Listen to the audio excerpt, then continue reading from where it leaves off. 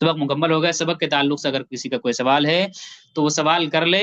اور باقی ایک ڈسکلیمر ہم آخر میں اور جاری کر دیتے ہیں کہ میں نے آپ کو جو کچھ پڑھایا اور جو کچھ میں نے سکھایا، تو 14 سبق میں نے مارکیٹ کے تعلق سے پڑھایا اور 1 سبق میں نے شریعہ پڑھایا. ان تمام چیزوں کا ایک ہی مقصد تھا، وہ یہ تھا کہ آپ حلال طریقے سے کام کریں گے. اب پتہ نہیں کتنے لوگ یہاں سے جائیں گے، اس کے بعد پتہ نہیں کتنے حلال حرام کی رعایت کریں گے، کتنے نہیں کریں گے، کیونکہ جب پیسہ آنے لگتا ہے تو کچھ سمجھ میں نہیں آتا ہے. تو ایک چیز یاد رکھیے گا، مفتی عفان انشاءاللہ جتنے حرام کام آپ کے ذمہ دار ہوں گے، ان کے ذمہ دار مفتی عفان نہیں ہوں گے. ہمارا مقصد اصلاح کے طور پہ تھا اور اچھے مقصد اچھی نیت کے ساتھ ہم نے پڑھایا. جیسے آپ مدرسے کے اندر آپ کو بخاری پڑھا دی جائے، آپ کو قرآن پڑھا دیا جائے، آپ بہترین اسکالر بہترین عالم بن کے نکل جائیں، اور اس کے بعد آپ غیروں کے ہاتھ میں چڑھ جائیں، اور وہ علم جو آپ کو پڑھایا گیا تھا اس علم کو آپ اسلام کے خلاف استعمال کرنے لگیں، یعنی اسلام پہ اعتراض کرنے لگیں. یعنی آپ نے باندی کے مسئلے کو پڑھا تو آپ گئے باندی کے مسئلے پہ اسلام پہ اعتراض کرنے لگیں. آپ نے امہات المومنین کے بارے میں کچھ پڑھا تو آپ گئے ان پہ اعتراض کرنے لگے. تو آپ کو تو اساتذہ نے مدارس کے اندر تو صحیح نیت سے پڑھایا، لیکن اب کسی کا مقدر اگر خراب ہو تو جا کر کے اسی علم کو غلط استعمال کرنے لگے، تو اساتذہ تھوڑی نا ذمہ دار ہوں گے. تو میں نے صحیح نیت کے ساتھ اور ایک اچھی کیا کہتے ہیں فکر کے ساتھ میں نے آپ کو پڑھایا اور سمجھانے کی کوشش کی. بہرحال تو امید ہے کہ آپ مرتے دم تک، جب تک اللہ تعالیٰ آپ کو زندگی دیں گے، اس چیز کو حلال شرائط کے مطابق، کل کو اگر علماء اس کو ناجائز لکھ دیں گے تو انشاءاللہ ہم رک بھی جائیں گے. یہ ہماری کوشش، یعنی چونکہ تحقیق بدلتی رہتی ہے، کل علماء کی تحقیق کچھ اور ہو جائے کہ فلاں خرابی اس کے اندر پیدا ہو چکی، لہٰذا یہ چیز بھی ناجائز ہوگی، رک جانا ہے. تو ایک چیز یاد رکھیے کہ زندگی بھر ان کا کیا رکھنا، خیال رکھنا ہے. اچھا، بہت سے لوگ کیا کر لیتے ہیں، چلو حلال حرام کا تو خیال کر لیتے ہیں، لیکن ایک دوسری بڑی اہم چیز ہے اس کا خیال نہیں کر پاتے ہیں. وہ خیال یہ کہ وہ حلال شیئر تو خرید لیں گے، لیکن میں نے کیا کہا تھا، حلال شیئر کیا پورا حلال ہوتا ہے؟ نہیں، پورا حلال نہیں ہوتا، اس کے اندر 2-4% حرام کا بھی ہوتا ہی ہوتا ہے، کوئی مکمل حلال نہیں. تو وہ صدقہ نہیں کرتے پروفٹ کا. تو ہمیشہ میں کیا کرنا، حلال شیئر کے اندر ٹریڈنگ کرنا جو علماء نے بیان کی ہیں، اور صدقے کا بڑا اہتمام سے خیال رکھنا ہے، بغیر ثواب کی نیت سے. جتنا بھی آپ پروفٹ کریں اس میں سے جو بھی 5% نکالنے کو کہا گیا ہے بغیر ثواب کی نیت سے، جو حرام کا آپ کے مال کے اندر آ رہا ہے، اس کو ضرور ضرور ضرور صدقہ کریں گے. اور جتنا بھی میں نے علم آپ کو دیا وہ صرف حلال کاموں کے لیے دیا ہے. جو کچھ بھی حرام کریں گے اس کے ذمہ دار عند اللہ آپ خود ہوں گے، اور آپ سے مواخذہ کیا جائے گا، ہم اس سے بری ہوں گے. وآخر دعوانا الحمدللہ رب العالمین. باقی کورس کے درمیان میں اگر کسی سے کچھ کیا کہتے ہیں کیا کہتے ہیں بھائی، اپنی طرف سے تو پورا پڑھانے کی کوشش، سمجھانے کی کوشش کی، کسی سے تلخ مزاجی یا کسی سے بطور استاذ کچھ اونچ نیچ ہوئی تو اس کے لیے سبھی سے معذرت خواہ ہیں، اور امید ہے کہ آپ اس معذرت نامے کو قبول فرمائیں گے. السلام علیکم ورحمۃ اللہ وبرکاتہ. سبق کے متعلق اگر سوال ہے تو کر لیجیے.